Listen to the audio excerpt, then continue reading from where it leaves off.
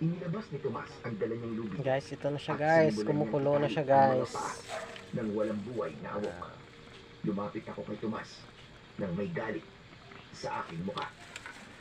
Oh, Tomas! Kaya mo! Ako dapat napapatay sa awok niyan at hindi ikaw! Ano ba sinasabi mo?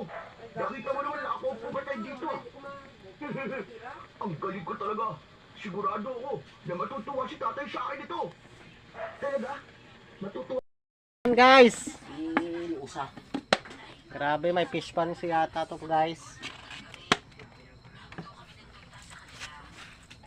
May luluto na naman tayo guys. So, pulutan guys.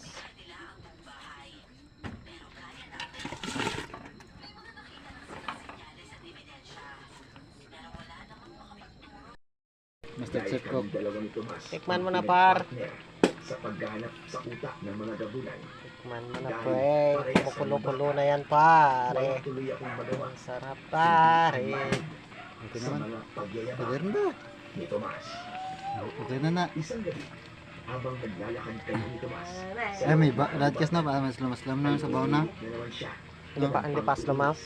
sa akin. Namin may iba. Opo, ulo. Kada, bisan dua lang. Sige. Sa paligsahan. Siyempre,